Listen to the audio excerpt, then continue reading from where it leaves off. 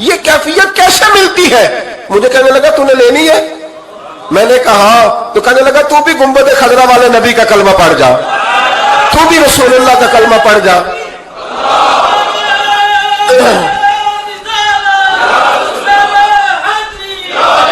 میرے محبوب کا کلمہ پڑھ، اللہ تجھے سکون عطا کرے گا۔ ایک حدیث نہ پڑھ دو مسلم شریف سے، بخاری سے ایک حدیث نہ پڑھ لو تاکہ یہ بات مضبوط ہو جائے۔ حضرت ابو طلحہ رضی اللہ تعالی، بیٹا شدید بیمار ہے، مزدور آدمی تھے، کئی دنوں سے گھر تھے۔ بیوی کہنے لگی اگر آپ گھر میں بیٹھے رہیں گے تو کھائیں گے کہاں سے، جاؤ آپ مزدوری کرو، میں بیٹے کو دیکھتی ہوں۔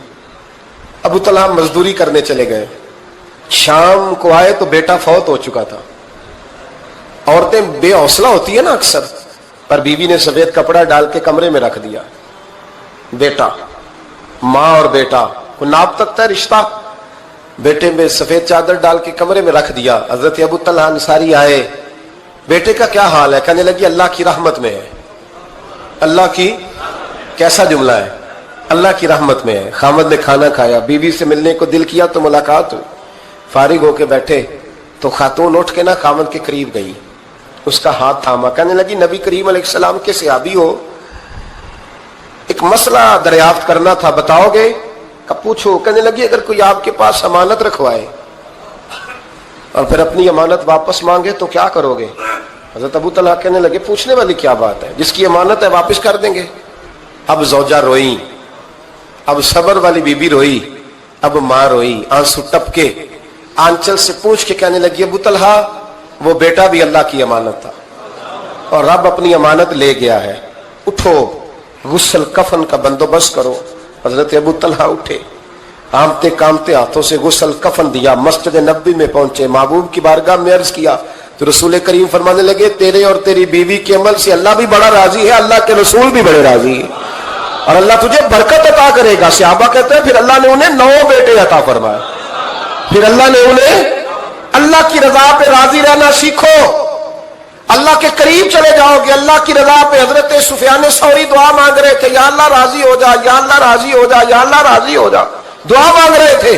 بی بی رابعہ بصری پردے کے پیچھے بیٹھی تھی، جب دعا لمبی ہو گئی تو کہنے لگی سفیان بس کر، کوئی اگلا لفظ بھی بول، بس کر۔ آپ فرمانے لگے تجھے کیا ہوا؟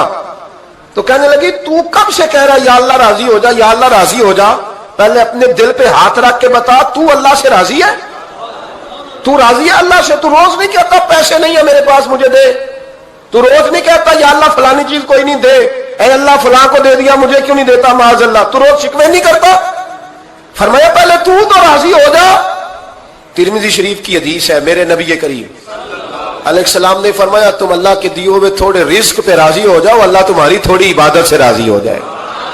دیکھیں نا امام حسین کا آخری جملہ کیا ہے میدان کربلا، آخری جملہ کیا ہے؟ میں 5000 مسجد دے کے کہتا ہوں دیا نہیں میں نے، اللہ بڑا راضی ہے مجھ سے، 5 نمازیں پوری نہیں پڑھتا۔ امام علی مقام نے نا دل، کلیجہ، جان، اولاد، ہر چیز نکال کے رکھ دی، تو آخری جملہ یہ تھا اے اللہ بتا تو حسین سے راضی ہے کہ ناراض ہے؟ اللہ تو راضی ہے کہ ناراض ہے؟ بھائی پہلی بات رحمت الہی، دوسرا اللہ کی رضا پہ، یعنی عجیب بات ہے نا، جب اللہ کروڑوں دے تو دنیا چھپاتی ہے، اور جب تھوڑا کاروبار ٹھنڈا ہو جائے تو ساری دنیا کو دنیا بتاتی ہے۔ تو جب میں تو کہہ رہا ہوں کہ میں بندہ ڈھونڈ رہا ہوں جو مجھے ملے، آ کے کہے کہ شکر کا طریقہ بتاؤ، تو مل ہی نہیں رہا، کو ملے جو کہے بڑی خیر ہے، ہر لحاظ سے اپنے رب سے راضی ہے، مل ہی نہیں رہی دنیا۔ تیسری بات، اگر اللہ کے قریب جانا ہے، یہ ان لوگوں کے لیے جو معرفت الہی کے متلاشی ہیں وہ خاص توجہ کریں۔ اگر رب کریم کے قریب جانا ہے تو پھر ایک ذہن بنائیں کہ میرا رب میرے ساتھ ہے، میرا رب میرے،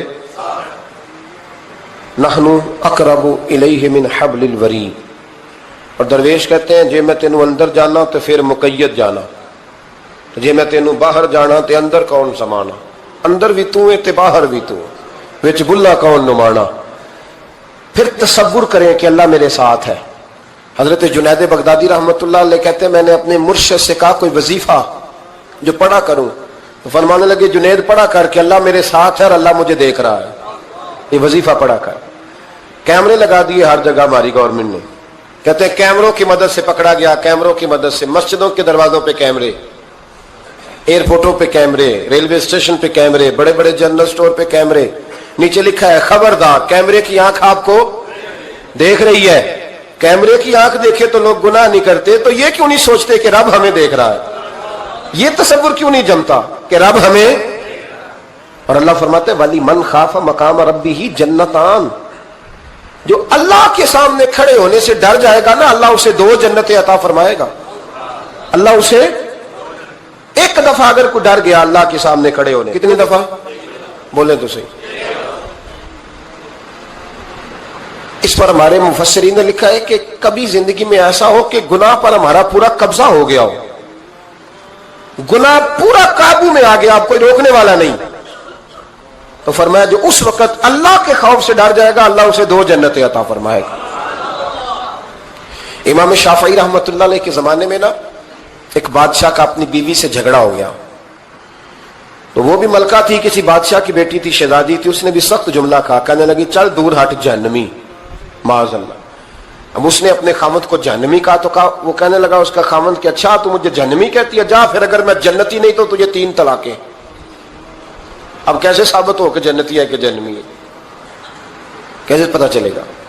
علماء سے پوچھا تو وہ کہنے لگے ہم کیسے بتائیں، کون ڈگری دے کہ تو جنتی ہے کہ جہنمی ہے؟ بات دور نکل گئی۔ امام شافعی کے پاس گیا، وہ رسوخ رکھتے ہیں علم فقہ کا، ان کے پاس گیا، جا کے کہنے لگا حضور یہ مسئلہ ہے۔ امام صاحب فرمانے لگے اکیلے میں مجھے ملتے ہو؟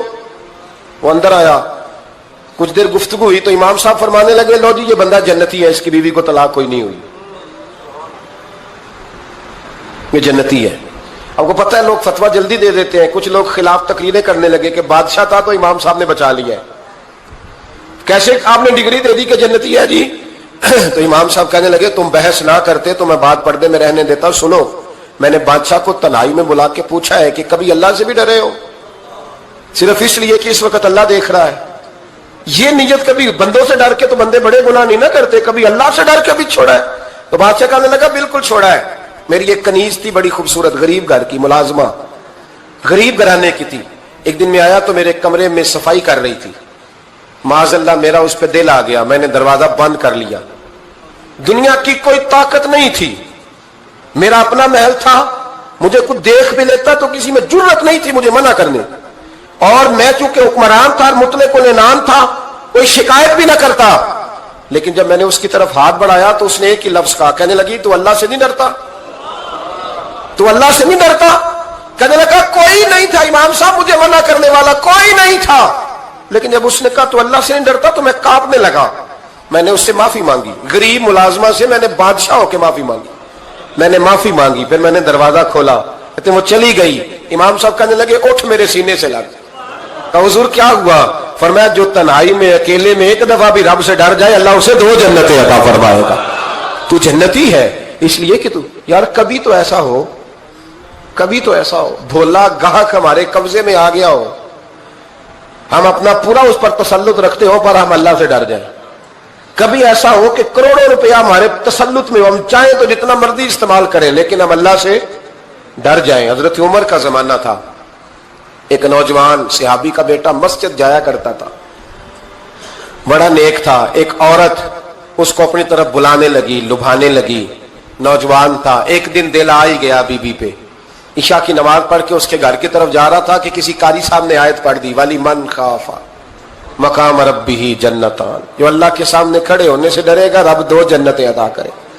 یہ آیت کیا سنی کہ نوجوان بے ہوش ہو کے گرا، کسی نے باپ کو خبر دی کہ تیرا بیٹا بے ہوش ہے، باپ گھر لائے، بالوں میں ہاتھ پھیرا، بیٹے کیا ہوا؟ اس نے آنکھیں کھول کے کہا ابا جی میں نے گناہ کیا نہیں، لیکن میرا قبضہ پورا ہو گیا تھا گناہ پہ، وہ بالکل راضی تھی، میں چاہتا تو میں گناہ کر لیتا لیکن میں اللہ سے ڈر گیا، کیا واقعی رب مجھے 2 جنتیں دے گا؟ تو باپ نے ماتھا چوما، کا بیٹا اللہ کے وعدے بڑے ہی سچے ہیں، بڑے سچے ہیں، تو یہ تصور کر کے اللہ مجھے دیکھ رہا ہے، پھر ڈر جا، واقعی 2 جنتیں دے گا۔ اس نوجوان نے چیخ ماری اور روح ہی پرواز کر گئی، رات کو جنازہ پڑا، دفن کر دیا، صبح حضرت عمر آئے، فرمایا اتنا نیک نوجوان تھا تو مجھے کیوں نہیں بتایا؟ میں اس کے غسل میں شریک ہوتا، کفن میں شریک ہوتا، میں جنازہ پڑھاتا، حضور بس رات دیر ہو گئی دفن کر دیا۔ امام سیوطی نے لکھا، ابن کثیر نے لکھا، ابن عساکر نے لکھا، حضرت جناب عمر فاروق فرمانے لگے مجھے بتاؤ تو صحیح اس کی قبر کہاں ہے؟ نیک ہو کوئی بندہ تو قبر پہ جانا چاہیے. فرمایا بتاؤ قبر کہاں ہے؟ حضرت عمر کو قبر پہ لے گئے تو سیدنا فاروق اعظم قبر پر کھڑے ہو کے فرمانے لگے نوجوان مجھے امید ہے اللہ نے تجھے 2 جنتیں دی ہوں گی. حضرت عمر کہتے ہیں مجھے اللہ کی قسم قبر کے اندر سے بول پڑا کامل پیرونا دے باہو قبر جنان دی جیوے. قبر کے اندر سے بول پڑا کہنے لگا عمر امید والی بات نہیں, میرے رب کے وعدے بڑے سچے ہیں, اس نے واقعی مجھے 2 جنتیں عطا فرمائی, اس نے واقعی 2 جنتیں دی ہیں. کبھی کوئی کام تو ایسا ہو جو صرف اللہ سے ڈر کے چھوڑا جائے, ہونا چاہیے کہ نہیں ہونا چاہیے؟ آپ یقین کریں بچوں سے ڈر کے ہم نے بڑے کام چھوڑ دیے, بھائیوں سے ڈر کے چھوڑ دیے, دنیا داروں سے ڈر کے چھوڑ دی. اور کبھی کبھی میں کہہ دیتا ہوں کہ بہت سارے ماں باپ نے اولاد سے ڈر کے چھوڑا, بہت سارے استاد شاگردوں سے ڈرتے ہیں, الا ماشاءاللہ کچھ پیر مریدوں سے ڈرتے ہیں. کاش ہم اللہ سے ڈرنا شروع کریں. جب رب سے ڈرو گے پھر کسی اور سے نہیں ڈرو گے. اللہ کا خوف سنوارتا ہے, سجاتا ہے, یہ ذہن بنائیں. حضرت سیدنا عبداللہ ابن عمر رضی اللہ تعالیٰ عنہ کر رہا تھا تو صحرا میں میں کھانا کھانے کے لیے بیٹھا, ایک چرواہا بکریاں چرا رہا تھا, میں نے دعوت دی روٹی کھا لو, کہنے لگا میں نے روزہ رکھا ہے. آپ فرماتے ہیں غریب آدمی تھا, نفلی روزہ. میں اٹھ کے قریب گیا, میں نے کہا پتہ تو کروں صرف روزے دار ہے کہ نیک بھی ہے. صرف کچھ روزے دار ہوتے ہیں پر نیک ہے, ناراض نہ ہو جائیے گا, حضرت عبداللہ ابن عمر کی بات کر رہا ہوں. کچھ نمازی ہوتے ہیں پر نیک, حاجی ہوتے ہیں پر نیک, وہ تقوی نہیں اختیار کرتے, مقاصد نماز اور مقاصد روزہ نہیں جانتے. کہتے میں قریب گیا تو میں نے جا کے اسے کہا یہ بکری بڑی پیاری ہے, بیچ نہیں دیتا میرے ہاتھ؟ کہنے لگا میری نہیں, میں تو چرواہا ہوں, تنخواہ پہ بکریاں چراتا ہوں, کسی اور کی ہیں, مالک کوئی اور ہے. تو فرماتے ہیں میں نے اسے کہا کہ مالک کو کہہ دینا کہ ایک بکری بھیڑیا لے گیا تھا, یہ 300-400 بکریاں, مالک کو کیا پتہ, کہنے ایک بھیڑیا لے گیا ہے. تو کہتے ہیں اس نے داڑھی جھاڑی تو گرد اڑی, غریب آدمی مٹی میں لتھڑا ہوا, لیکن اس کی آنکھوں میں اتنی روشنی. کہنے لگا حضور بکریوں کے مالک سے تو کہہ دوں گا بھیڑیا لے گیا ہے, اور جب کائنات کا مالک پوچھے گا, جب عرش کا مالک پوچھے گا تو کیا جواب دوں گا؟ آپ فرماتے ہیں میں واپس آیا, میں نے پتا کیا کس کا غلام ہے, پہلے غلام خریدا, پھر بکریاں خریدی, پھر وہ بکریاں اسے تحفے میں دے دی. کہنے لگا حضور یہ کیا ہے؟ فرمایا تو رب سے ڈرتا تھا نا تو اللہ نے تجھے انعام عطا فرمایا ہے.